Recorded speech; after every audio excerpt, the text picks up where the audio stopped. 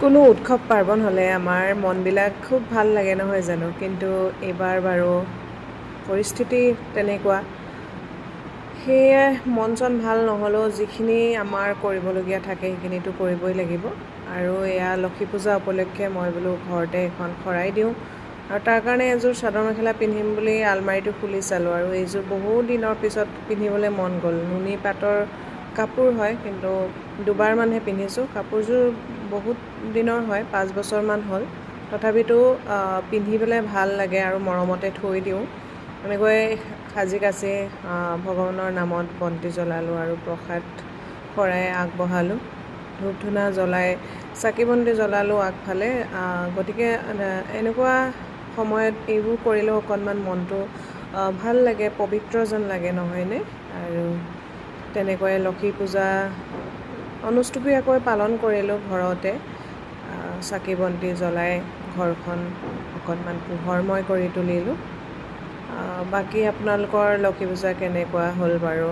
লখৰাতে থাকোঁ যিহেতু, লখৰাৰ ওচৰে পাঁজৰে লক্ষী পূজা উদযাপন হয়, কিন্তু বাহিৰত ওলাই যোৱা নহ'ল। ঘৰতেই যি পাৰোঁ কৰিলোঁ। আৰু লক্ষী পূজা বুলি অকণমান খিচাৰি বনাম বুলি ভাবিলোঁ, আৰু খিচাৰি বনাম ডালিয়া নিশ্চয় বহুতে খায়েই নহয়নে? আৰু এইটো হেল্ডিও হয়, মই টিফিনতো আনো বাৰু।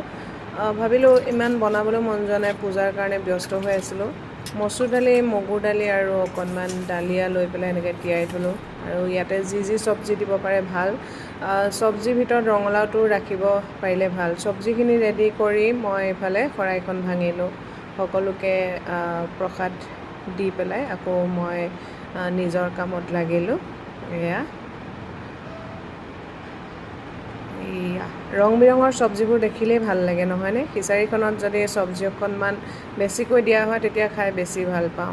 আৰু খিচাৰিৰ লগত টপ অকণমান বিলাহীৰ টপ যদি বনোৱা যায় খুব ভাল লাগে, কিন্তু ইমান এলাহ লাগিছে, বনাবলৈ মন নগ'ল। এয়া শুকান জলকীয়া এটা আৰু তেজপাত অকণমান দি পেলাই খিচাৰিখিনি ধুনীয়াকৈ বনাইছোঁ। গোন্ধ এটাও আহিছে। ডালিয়া খিচাৰি আগতে বেয়া পাইছিলোঁ, কিন্তু এতিয়া খাই পেলাই ভাল লগা হৈছে। যিমানে সেউজীয়া ৰঙা হয় ইমানেই ভাল লাগে। এয়া 2টা চিটি মৰাৰ পিছত খিচাৰিখিনি হৈয়ে গ'ল, আৰু গৰম গৰম বোলো খাই লওঁ। ইয়াত আচাৰ হ'লে ভাল লাগে। আচাৰ বনোৱা নাই মই, চাটনিকে লৈছোঁ অলপমান, মচুৰ দালি আৰু নৰসিংহৰ চাটনি।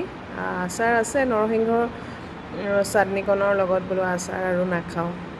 ইফালে পায়স অলপমান আছিলে, পায়সো ল'লোঁ, পাপৰ এটা পুৰি ল'লোঁ, আৰু এনেকৈয়ে লক্ষী পূজাৰ দিনটো